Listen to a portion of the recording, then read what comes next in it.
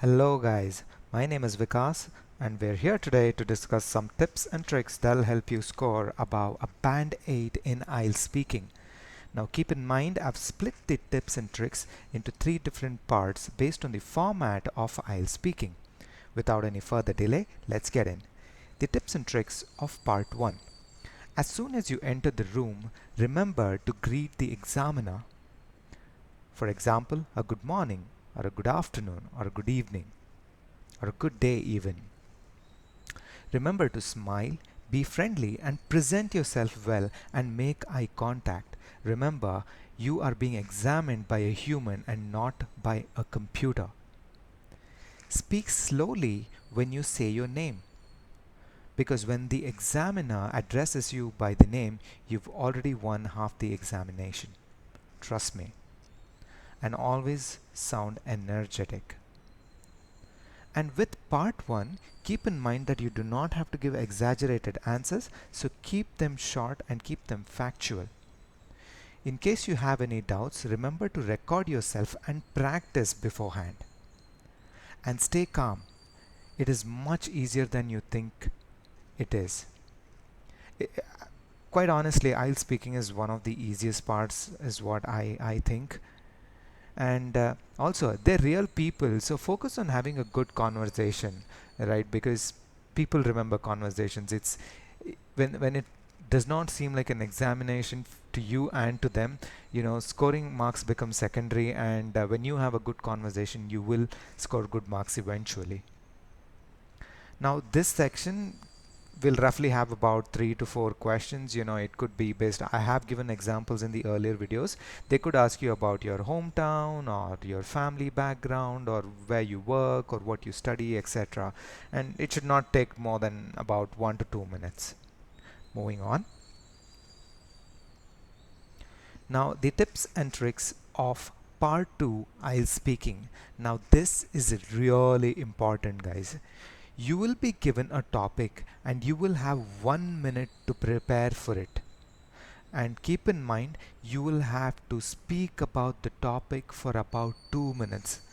Guys, it's okay for the examiner to interrupt you, but please make it a point that you do not speak for lesser than 2 minutes.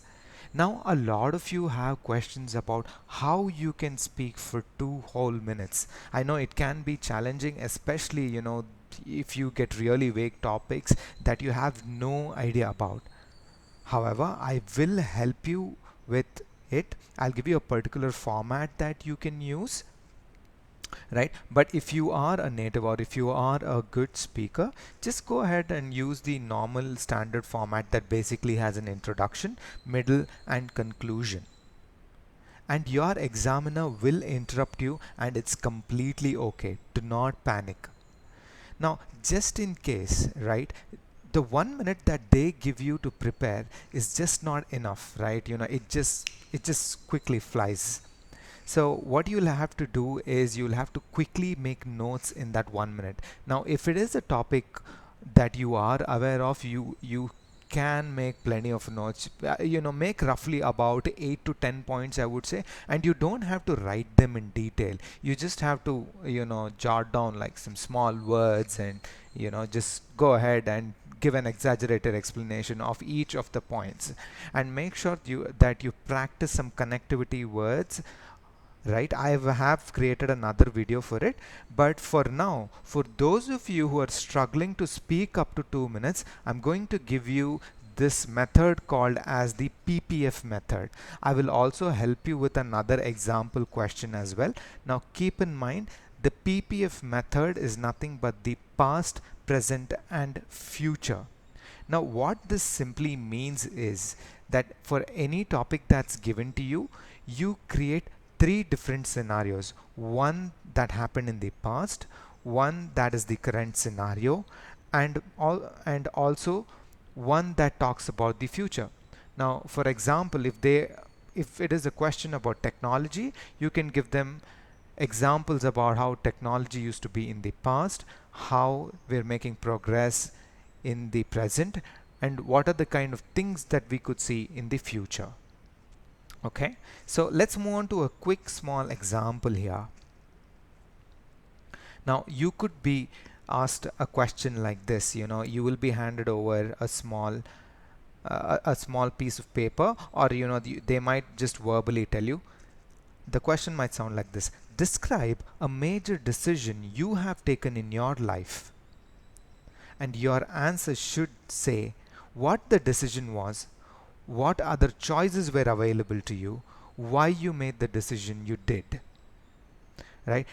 You could simply talk about, about choosing your course, your education, your the job that you took. There could be plenty of decisions that you would have made, right?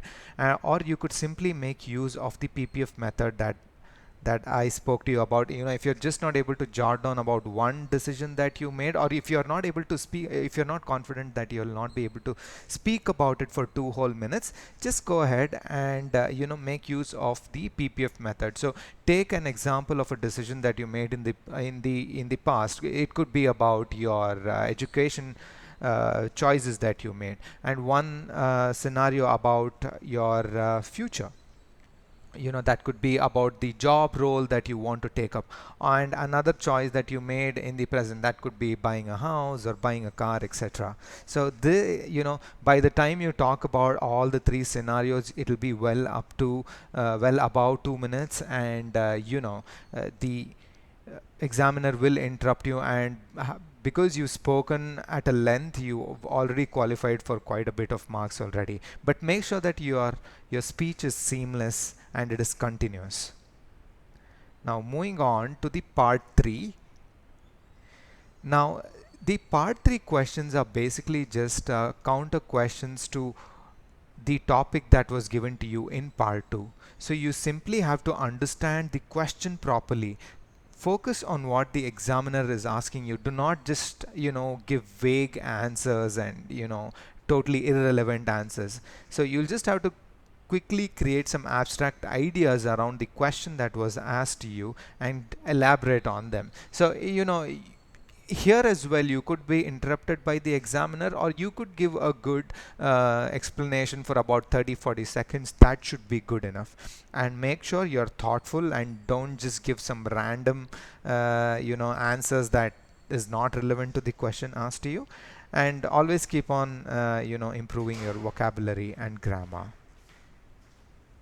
Now, besides the tips and tricks that were given to you, here are some other ones that you could practice. These are general tips and tricks that could apply to all the modules of the IELTS examination.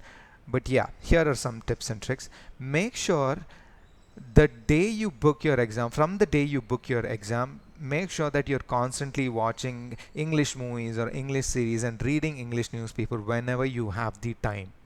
This can improve your language by miles and bounds, and it can make a lot of difference, guys. And I'm sure everybody enjoys watching movies or documentaries or whatever you would like to do, but just make sure that you practice as much as possible in English, and record yourself and introspect. If you feel that you're not able to exactly find out where you're lagging behind, just record yourself. Probably go to somebody who speaks much better English than you do, and have them probably help you out. I'm sure you'll have somebody to help you out, or you could just send me a message, and I could help you with this.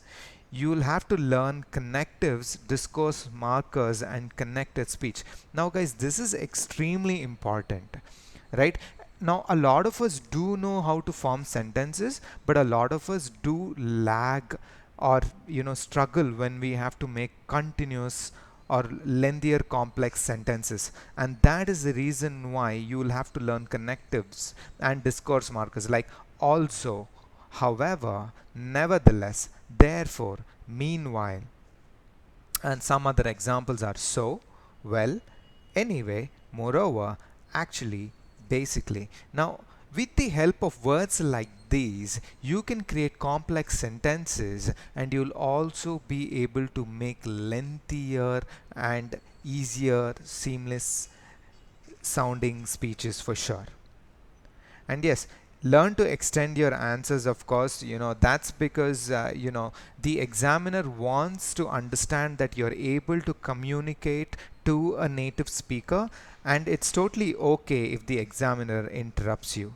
If you have any questions or queries, feel free to leave a comment below, and you can like or subscribe to my channel. Thank you.